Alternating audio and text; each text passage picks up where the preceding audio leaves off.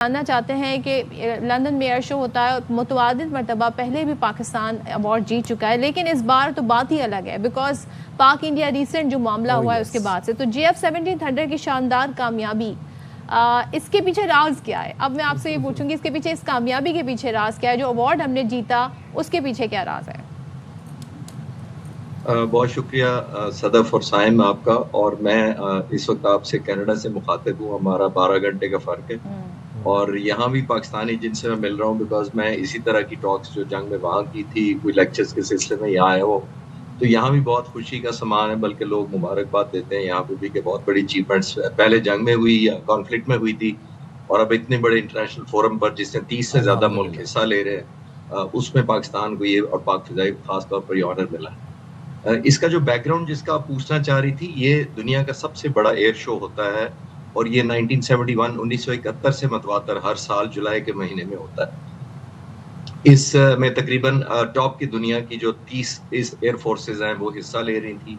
1.5 लाख से 2 लाख तक इसमें स्पेक्टेटर्स या विजिटर आते हैं, और मोस्टली वो एविएशन एंथुसियास्ट नहीं होते, सिर्फ वो बहुत एनालिस्ट होते हैं, वो मिलिट्री एक्सपर्ट्स होते हैं, वो बहुत वर्ल्ड वाइड एक्सपीरियंस रखते हैं और वो जानना चाहते हैं कि दुनिया के कौन से जहाज इस वक्त सबसे टॉप पर परफॉर्मेंस वाइज करते हैं।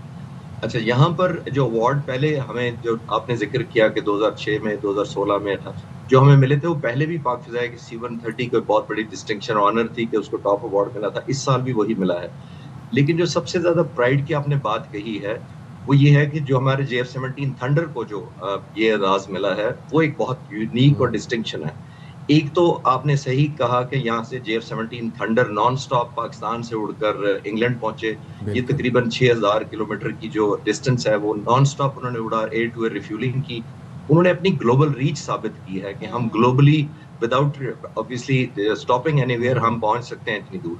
और दूसरा जो ज्यादा इंपॉर्टेंट बात है, वो ऐसे जहाज को ये अवार्ड दिया जाता है जो JF-17 थंडर को मिला है, जिसने कोई आउटस्टैंडिंग परफॉर्मेंस या इंप्रेसिव परफॉर्मेंस की हो।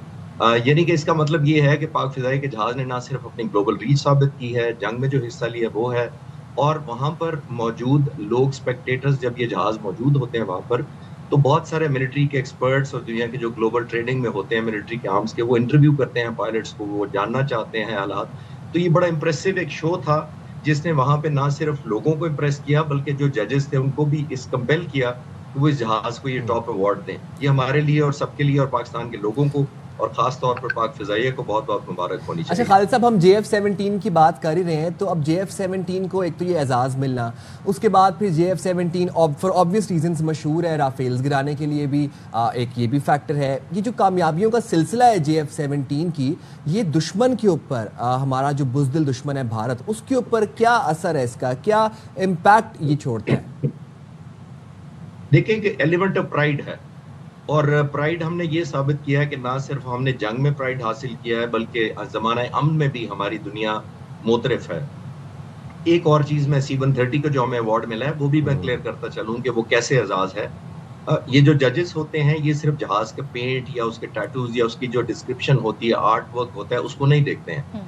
ये जहाज़ से जो पायलट्स, जो टेक्नीशियंस और क्रू की इंटीग्रेशन होती है, जो बॉडी लैंग्वेज होती है, जो टीम स्पिरिट होती है, जो जहाज की क्लीनलीनेस होती है, जहाज के अंदर जो मेंटेनेंस का जो पैशन होता है इन लोगों के अंदर, उनको भी जज करते हैं इतने दिनों में। तो इसका मतलब ये नहीं है कि सिर्फ ज़ाहिरी तौर पर कोई आर्ट वर्क था जिसको ये प्राइज मिला, जो आमतौर पर यहाँ भी कनाडा में भी मुझसे लोग पूछ रहे हैं कि ये कोई पेंट बहुत अच्छा हमने किया था जिसकी वजह से अवार्ड मिला है। ऐसा नहीं है। वो जहाज की, जैसे मैंने कहा, कि अपनी कमिटमेंट, इंटीग्रेशन देखते हैं कि ह्यूमन वर्सेस मशीन इंटीग्रेशन कितनी खूबसूरत है, कितनी काबिल तारीफ है। इस पे हमें ये अवार्ड मिला है।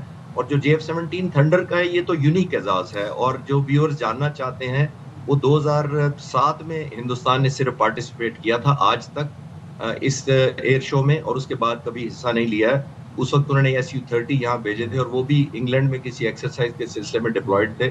और आजकल तो जाहिर है शायद होते भी, अगर उनको ऑप्शन होती भी, तो वो ना पार्टिसिपेट करते JF-17 थंडर के होते। लेकिन खालिद साहब, C-130 का इंटरफेस भी वैसे काबिल सताइश तो था, जो शाहीन का फसाड था, हैबत बिठाई है उसने। एग्जैक्टली। जी, आपकी बात बिल्कुल ठीक है। इसका टाइटल भी इस दफा इस एग्जीबिशन का था आईज इन द स्काईज, जिसका मतलब ये है कि विजिलेंस पे उन्होंने जोर दिया था, सर्विलेंस पे जोर दिया था और अलर्टनेस पे जोर दिया था।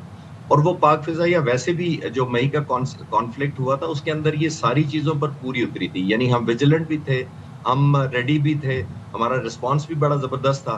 तो ये जो एग्जिबिट एग्जैक्ट आपने साइम बिल्कुल ठीक कहा कि ये पाक फिजाइया का जो C-130 था ये एग्जैक्ट वही रेप्लिकेट कर रहा था और डिपिक्ट कर रहा था जैसा परफॉर्मेंस अल्हम्दुलिल्लाह पाक फिजाइया ने मई के महीने में ना सिर्फ इस कौम का सर फख्र से बुलंद किया, लेकिन पाकिस्तानी जहां जहां रहते हैं। खालिद और साहब यहाँ पे मैं एक चीज और बताइएगा, जो JF-17 है इसको पाक चीन दोस्ती का शाहकार कहा जाता है और पाक चीन दिफाई इश्तराक को अब हम देखें दुनिया एक डिफरेंट एंगल से देख रही है, एक डिफरेंट लेंस से देख रही है पाक इंडिया कॉन्फ्लिक्ट के बाद। तो क्या ये भी वजूहात थी कि सबकी नजरें JF-17 पर थी? जी, एक पहले भी JF-17 थंडर बहुत नुमाया परफॉर्मेंस कर चुका है। सऊदी अरब में एक मिलिट्री की एक्सरसाइज हुई थी, उसमें बहुत इसे नुमाया एक परफॉर्म किया था और आउट परफॉर्म किया था बहुत सारे वेस्टर्न जहाज़ों को। उससे पहले यहाँ पे इंडस शील्ड पिछले साल हुई थी जिसमें 26 मुल्कों ने हिस्सा लिया था, उसमें भी JF-17 बहुत फोकस रहा था और उसी में अज़रबैजान ने भी हमारा बहुत ज़्यादा फोकस करने के बाद हमें जहाज़ों को ऑर्डर मिला था।